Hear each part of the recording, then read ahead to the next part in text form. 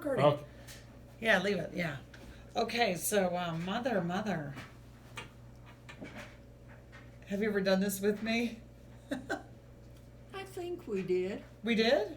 didn't we, on some other one you were doing? Or maybe that was Ruth recording.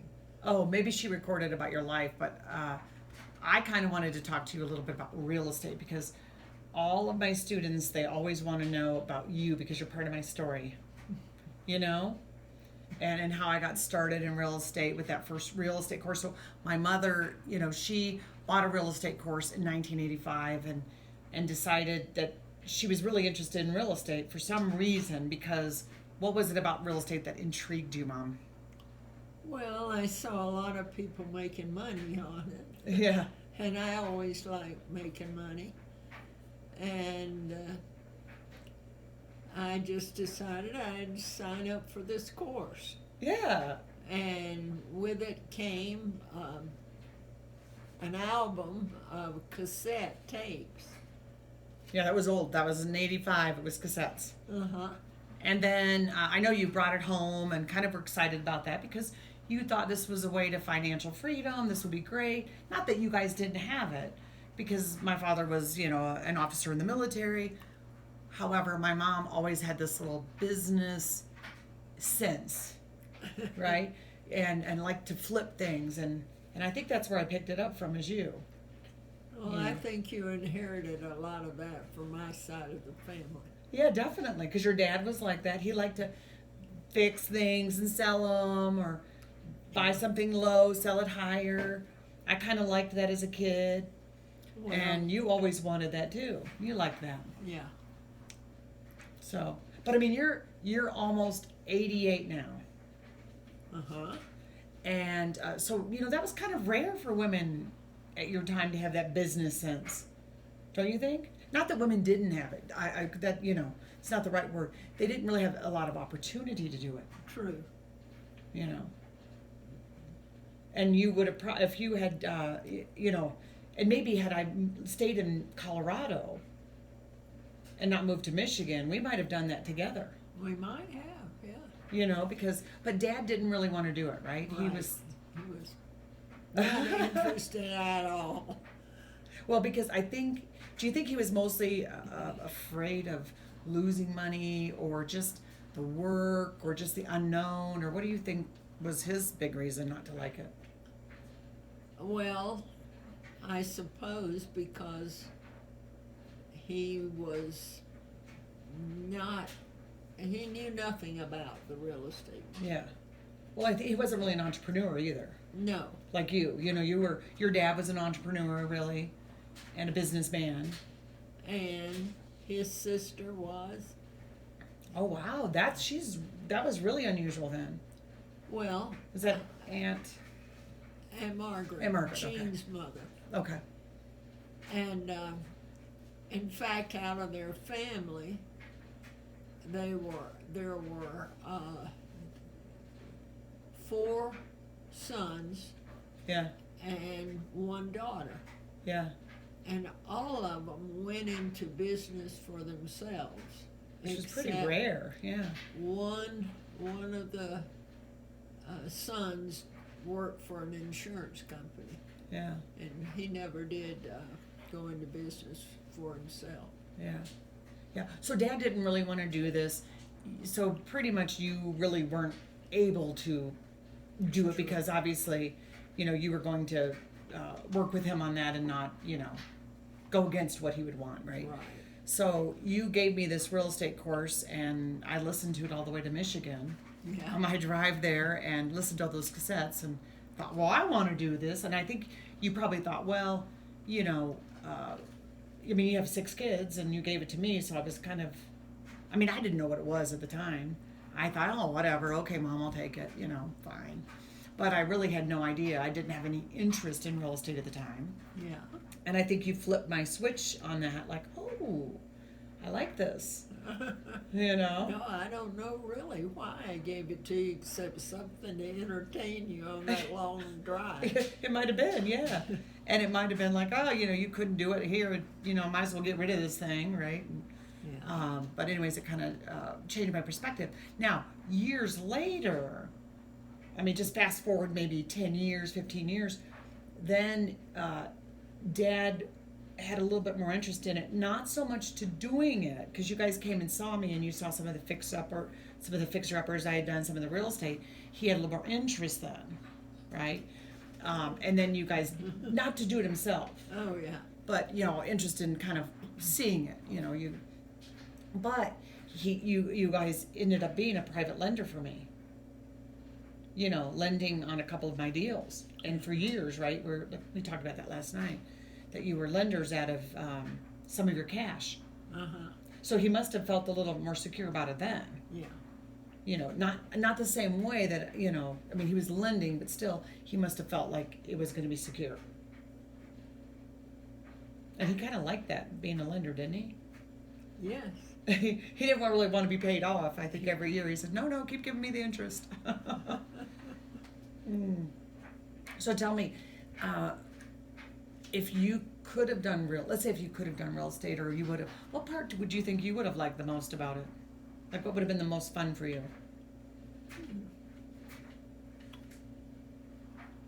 I think maybe along the lines you went.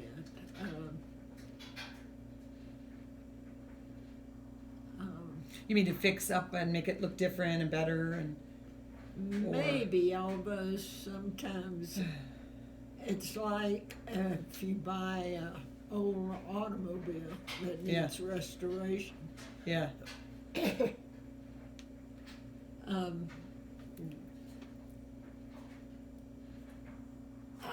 I would look at that and think, Yeah. I don't care about doing that. Yeah. But that's sort of what you're doing with a house. Sometimes, yeah. And sometimes when I buy, sometimes I don't need to do a lot of work at all. I just, lease it out to someone, and I do a lot of lease options, so, and selling it that way sometimes, or buying properties that don't need a lot of work. So I do both. I like doing a little bit of both. But I thought, sometimes I think you had a good eye for decorating and see all of this stuff. Well, I don't know how much you can see in the video, but she's got some beautiful old glassware that she used to kind of collect and flip and things like that. So you had your own little flipping business for a while after I left. Yeah. But it was more on glass and antiques. So you did do that, and Dad was interested in that part. Yeah. Yeah, we would go to auctions and then I'd buy things and resell them in a garage sale. Yeah. Or you took them sometimes to you re-auctioned them or put them on in the paper or something too, didn't you? Like a piece of furniture. Sometimes in the depression glass paper that went nationwide. Yeah. Or things with cast iron. Yeah. Oh yeah, I forgot you did that. Cookware, not other things. So you got the ability to have that little business and kind of get that going years later. That's probably in the 90s, I would guess, mostly. I loved doing that. Yeah. But eBay came along, and your dad could get what he wanted. He was buying things for his train layout and things related to trains, modern day trains, model trains, and so forth. Instead of sitting in an auction waiting all day for something to come up, he found, I can just go on eBay and get it. So and click a button, Yeah. That was the end of our going to auctions and my source of supply. But you sold a lot on eBay too at the end, didn't you? Start selling on eBay? A little bit, yes. Okay. But then it got so crowded. Yeah. Because that was in the beginning when eBay was just getting started, really. Yes. And you would fix up some stuff or find a good deal on glass at an auction, and you knew what it was worth, and then you would resell it for retail on eBay. It's the same thing with real estate, right? you find a deal. If you find, we call it wholesale, right? You buy something cheap, it's buying it at wholesale prices, which is where you went to the auction. Yeah. I would find it from a wholesaler or looking for, for motivated sellers, same thing, and then find a retail market for it and sell it and make money. Yeah. So, yeah, and so you enjoyed that part of it. You loved that. Right. So what I've always loved that too. It's just and I always thought it would be fun even to do a resale shop. Yeah. Just just the idea of the buy, finding something cheap and selling it for more. Now I won't do it because it's too much work and doesn't pay nearly as much as real estate. But that idea was still fun. Yeah. That I think it was always the kill of the deal more so than even sometimes the money. Yeah. That you could do it. You could find a deal that bought it for $30 and you sold it for $35. Woohoo! We made $5. But in real estate, we do. $100,000 and you sell for 140 or something. It's a little bit bigger money, but it's the same concept, right? Same kind of concept. Well, I don't know whether this is an angle that you'd be interested in, but my early interest in making. Yeah, sure. Yeah, tell me. Turning over a buck, as I used to call it. Well, during World War II, it started when I was 10 and ended when I was about 15 almost.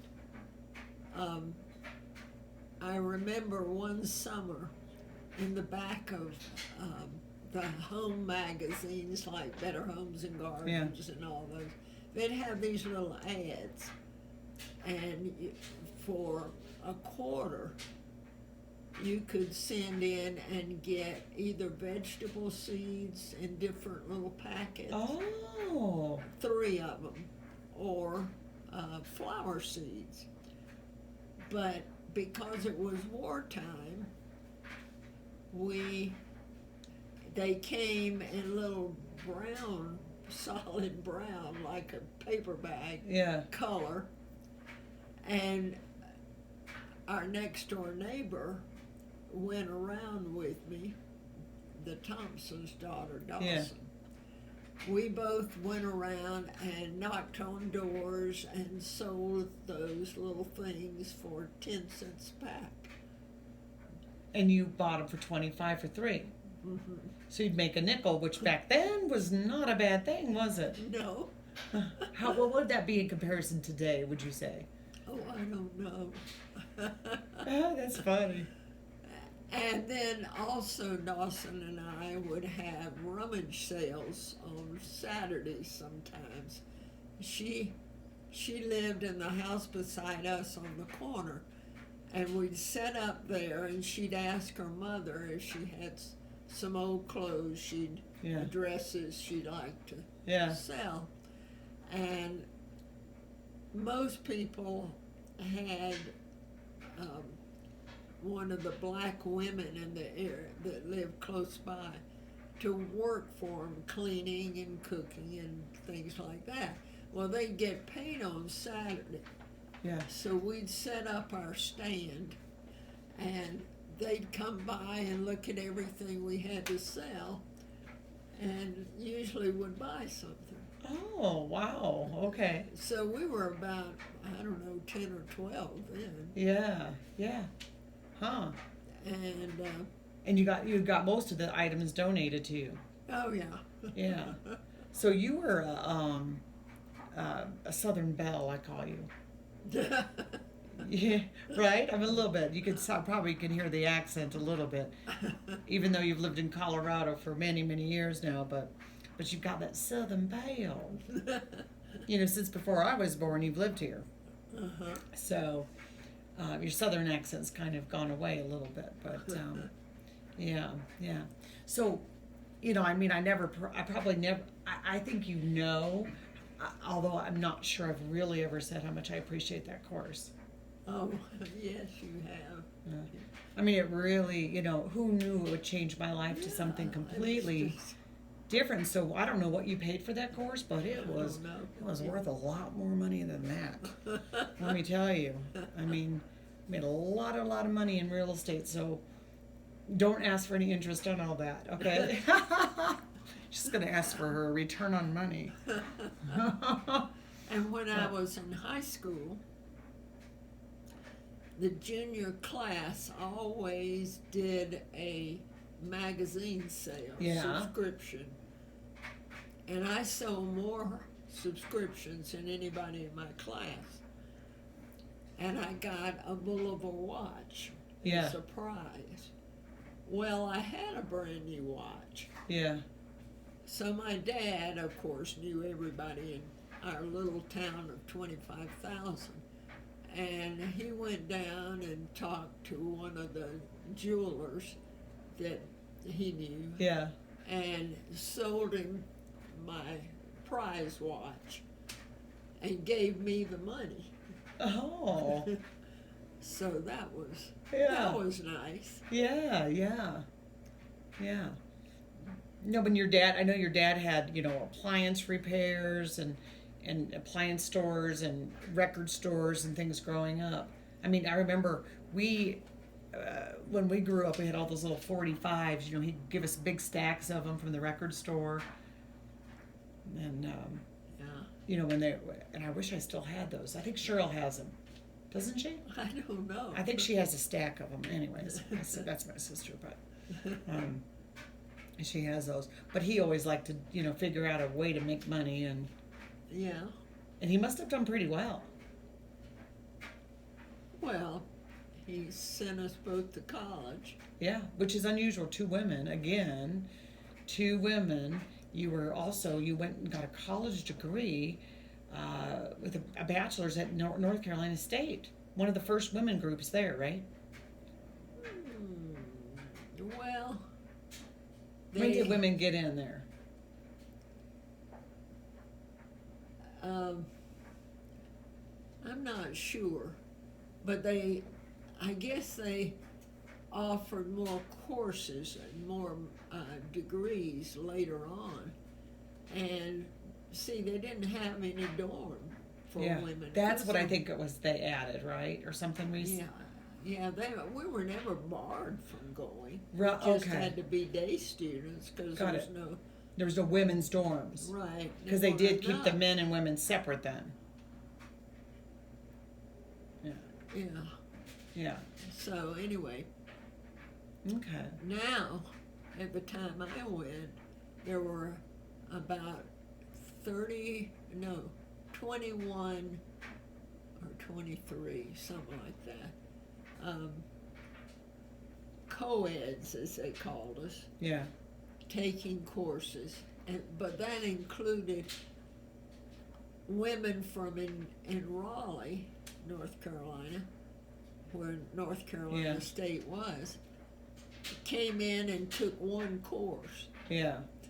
Okay. So, So it wasn't really a true thing. what percentage of women at that time would you say went and got a degree?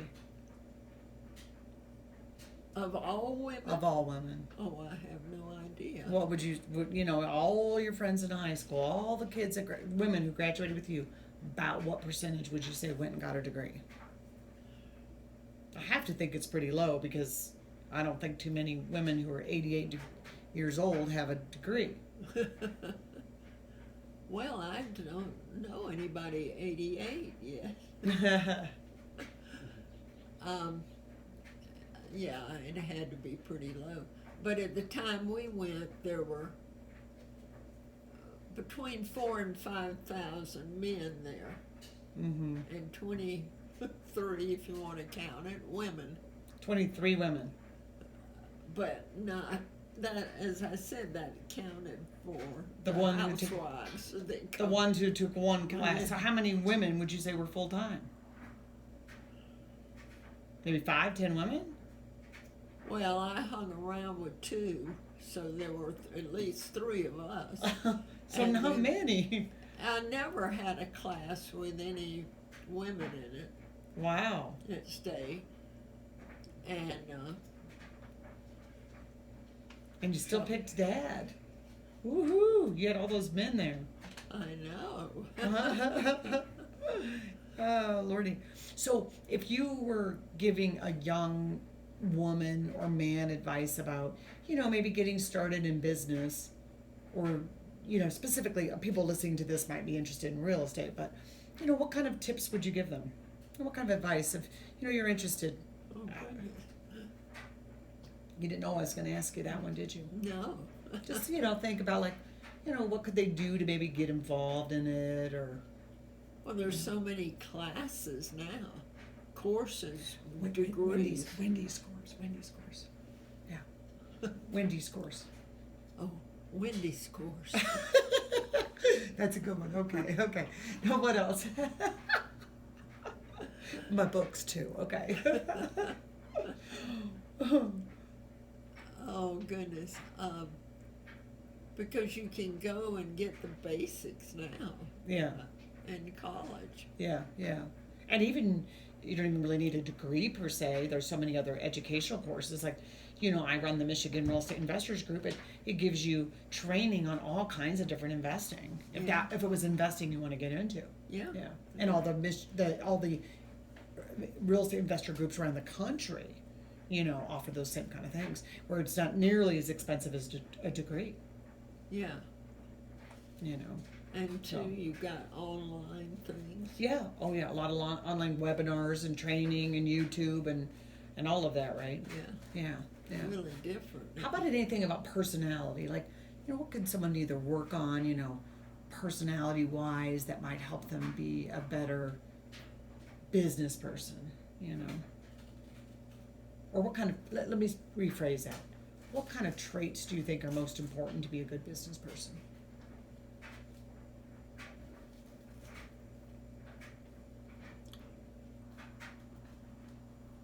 Well, why do you think people like to go to Chick-fil-A? I think Chick-fil-A has great customer service. Uh-huh. The chicken's good, obviously. Good quality, good service, That's it. clean, all those things, The right? good service, and they care about their customers. Right. So, And that's why they've been so successful. And the founder of Chick-fil-A doesn't care what anyone thinks about closing on Sundays, because he closes because he believes in that for his faith in God, that's a day of rest. yeah, And he gives his employees the day off. yeah. And yet it's so successful. There's lines in every airport and everywhere you get to Chick-fil-A, right? Yeah, I know. Every time we pass the one on Voyager, Paul will say, "Look at all those lines waiting to order at the drive-up." Yeah, because people really appreciate that. So good customer service is one really good thing for business. Quality customer Yeah. service. Yeah. What other kinds of traits? How about a person, like a personal trait, like, drive, tenacity, that kind of thing? Anything like, Yeah. what kind of personality traits can someone work on to kind of help build their success in business? Well,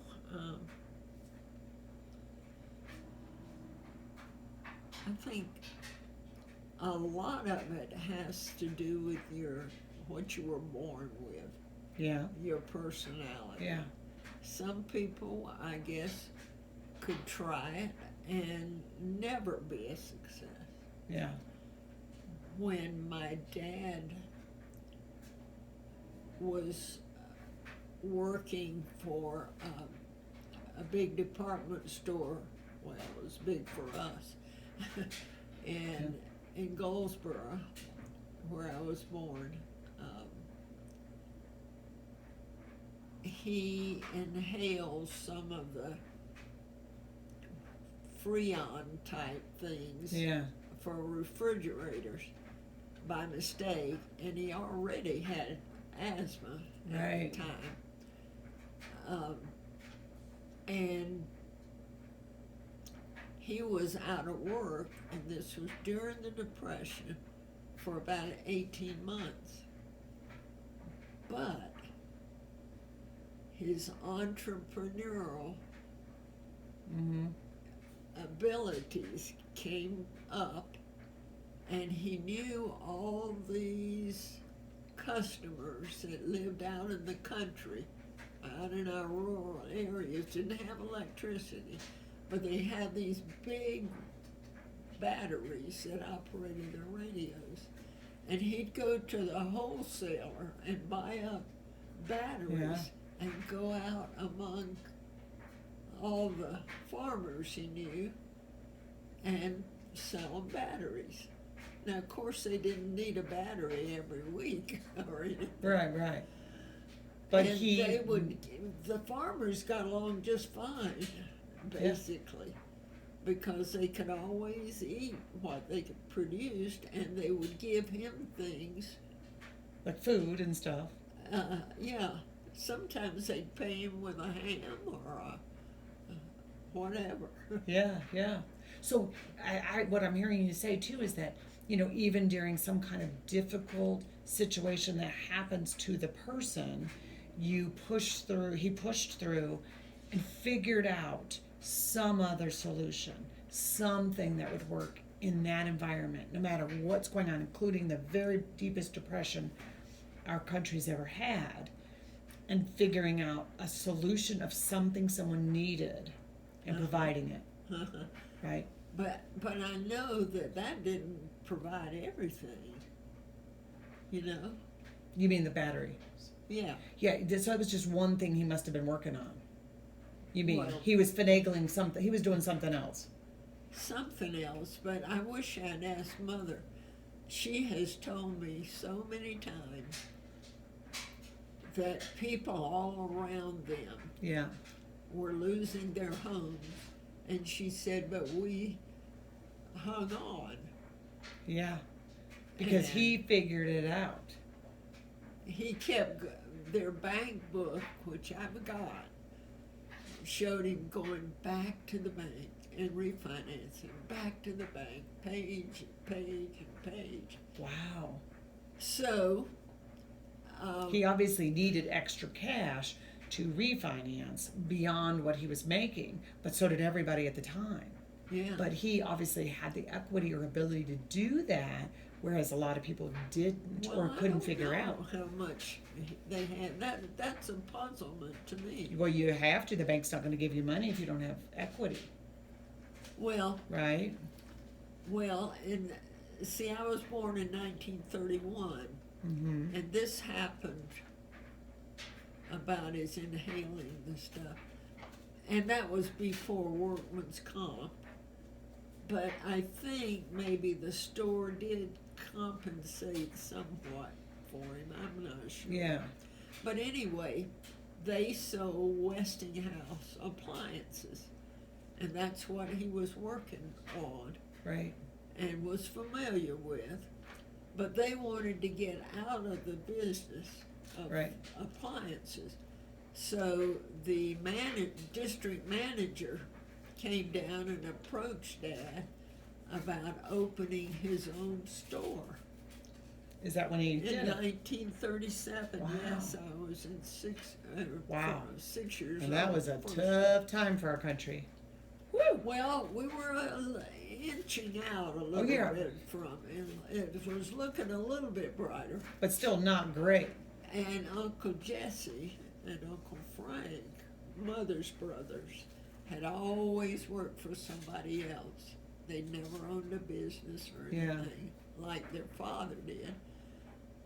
But they thought Dad was crazy to go do out on this That'd be venture. crazy, yeah. Like take a risk. So he was obviously a risk taker too. Oh, He yeah. was willing. So there's a lot of things that I'm picking up from you about this. He would find a solution. He was a networker. You said he was a very big networker. Maybe. Well, he knew everyone. You said knew Oh, everyone. yeah. So he was networking. So he Well, knew. he was knew an everyone. extrovert Yeah. and an optimist. Hey, I kind of like that. Nothing wrong with that, Mom. and so he thought he always felt like he'd get over this. He'd get well, And Well, so then Mother said, I didn't think he'd ever get well. and he did. He did. Yeah.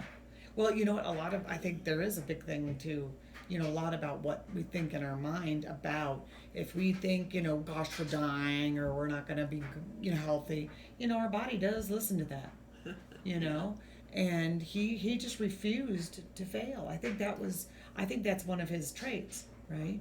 Yeah. And you look at that, like, refusal. So I think entrepreneurs, they refuse to fail. They network with people, they get to know people. Because of his connection, they offered him the Westinghouse thing. If he hadn't had the connection, he wouldn't have been offered that. And he went to the bank about this, setting it up in business. And the bank said, how much do you need? Yeah. So interesting. So because of who he was and how he had those relationships. So it's one of the things I always teach, people wanting to get into real estate, is I always say, look, your network is your net worth. In other words, if you know more people, you've never heard me say that, but, the more people that you know, the more money that you can make, because you have those opportunities. See, he would not have had that had he not known them. He might not have gotten the bank loan. He might not have gotten the opportunity to open that. Yeah. It's who he knew. He wasn't able to sell the batteries without getting to know farmers. You have to get out there and get to know people, because that's how you find deals. You find opportunity comes to you when you are networking. And he was he opened this store on one of the cross streets in 37, and it had an upper floor, which was just storage. Yeah. And Mother was working in the store with him and keeping the books, and she had some background in that. And so for 3 years after school, I would be down there with them playing. I'd have my dolls and my roller skates and everything upstairs, and I'd entertain myself till time to go home. Yeah. And actually, we didn't usually go home, but we went to the cafe and had our supper. Oh, because it was late and you were tired. Well, your mom didn't have to cook then. She hadn't cooked anything. Yeah. But we did that a lot. Did you say your mom worked with him in the store too? Is that why you were upstairs? Yeah. Yeah. So they did what they had to do to make it work. And that was probably unusual too. What I guess women did work when they had to then too. Yeah. I mean, everyone had to kind of pitch in to make a living. Yeah, when I was in high school, I only knew of girls whose mother worked full time. Were 3 out of 143 in my class. 3 women, 3 girls, their mothers worked. Uh-huh. And your mom was one of them. No, not when I was in high school. Oh, only when you were younger. So in other words, by the time you got to high school, she wasn't working anymore. Oh, right. And you had only 3 people in your high school, girls, out of 143. 2%. That's about 2%. That I knew of. Had working mothers. Right. Wow. And now, what do you think the percentage is now? I have no idea. Pretty high. Probably about 90, I would guess. And so after 3 years, Dad had a chance to rent that store that you would remember him in, on the main street, on Center Street. And so then he moved everything over there, and it was a 3-story building. Yeah. And he rented that till 1971. Yeah. So when he closed down the business because he wasn't physically able to keep it going. Yeah. So would you say that being a hard worker is a trait that a lot of entrepreneurs have? Who, my mother? No, entrepreneurs. A lot of entrepreneurs are hard workers. Oh, yeah, I definitely think so. They have to be a little bit harder working. So it's hard to make money with if you're kind of lazy. Oh, yeah. So, Yeah. I mean, I think a lot of people think they can get into real estate too and just say, well, it's easy. It's going to just come to me. And it's like, no, you still have to work hard for it. It pays well, but you got to get out there and do it. You've got to make it happen, shake the trees, look for properties and make offers and do all that. yeah. What other traits would you say that good entrepreneurs have? Any other ones? Well, I think you have to love what you're doing. Mm-hmm. Makes it a lot better when you love it. Yeah. And Dad loved people, Yeah. so Yeah. Well, you do too. he was real good. Now, would you consider yourself an extrovert or introvert? Basically an introvert, but I've come out of a lot of that. Yeah. But you also have a lot of extrovert qualities. Even though you're an introvert, you love being around people and meeting people, and Yeah. you're very friendly, and yeah, and prefer to be around people than alone, right? Right. For the most part. Yeah. Okay. So being introvert or extrovert doesn't affect your ability to be successful. Would you agree? Well, maybe it would depend too on, you could be an expert, say, writing best-selling novels. Right. But you do that by yourself. Right. You might be an introvert and be a phenomenal entrepreneur. Yeah. But most entrepreneurs do have to push themselves to network. That's key. Even if they are an introvert, it's just harder maybe for them to make those. It's just more exhausting for them to make those connections. But it's crucial, to be there. What else would you like to say? Well, I would finish the story Oh, go about ahead, my yeah. dad. Yeah. When he moved in 1940 Yeah. around to the main street of town, then he was doing well enough, not making a fortune, of course, but doing well enough that Mother could stay at home, Yeah. and I was glad for that. Because you didn't have to play upstairs anymore, you mean?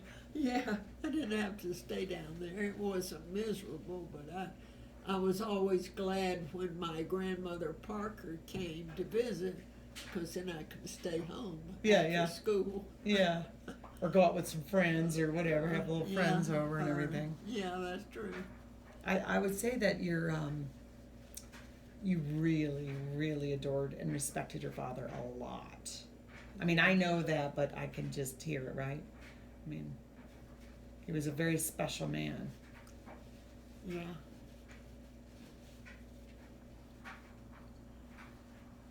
So, when he moved around to that building on Center Street, That was the new record shop? he, Or where he had the records, where I went? yeah, Okay. Yep. he could have bought that building for $10,000. Oh dear. But he might as well have said $2 million. That was out of the question. So he paid rent on it For how many years? till 71 or 2, whenever he closed up the business. A long time. Well, whoever that landlord was happy he was there. He was, and it was one of my classmates' father actually collected the rent for her aunt. She owned the building, but she didn't live there Mm-hmm. because this classmate's grandfather had bought up quite a bit of territory. Yeah. I mean, buildings and things. And her dad would collect the rent from Dad. Yeah. They never had any trouble if Dad wanted such and such painted. It was fine. He was never late or.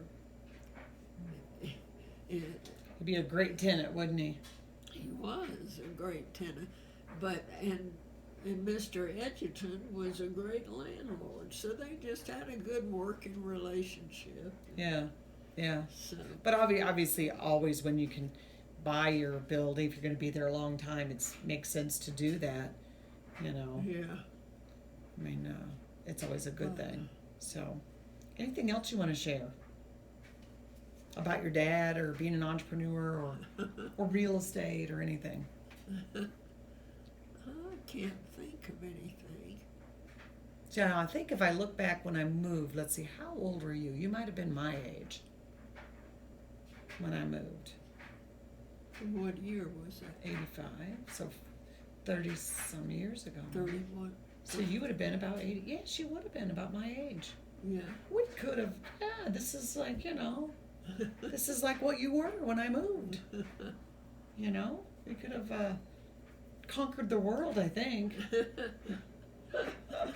Oh, well. I mean, things happen for a reason, right? And Yeah. here I am in Michigan, and you're in Colorado still. And Well, Dad was never wealthy, but we had money to do what we needed to do Yeah. and wanted to do. And they gave me a new Chevrolet. hey, I got ripped off. I didn't get one. You didn't give me one of those. You made me earn one. I want a refund. And that, let's reverse that. And then when Beck came along, she wanted a Corvair, but they weren't making Corvairs Oh, anymore. well. And did she get, what'd she get? Well, there was one down at a used car place there in town, and the man, dad wanted to just pay $1,000 for it, and the man wouldn't listen, so Dad just left.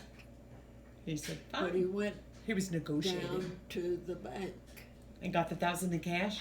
He got 10 $100 bills, and he went back the next time with those, and he offered them to the, he held Yeah. them up. That's where I learned that. Oh, the little trick negotiation? from- Cash is Remember king. when we dealt with that lady? Oh, yeah, but one of the dishes, and you Yeah. came back, are you sure? And so, the guy took it. Oh, good. Oh, good. Good little negotiator there. Yeah. Okay, well, we're going to wrap up here, but you can see why my mom is so sweet. Love her. She's the best. So thank you for spending the time sharing all that. You're welcome. All right. Thank you for asking. Yeah, it was fun. Okay. He's going to end that. Okay. How was that? Good little video?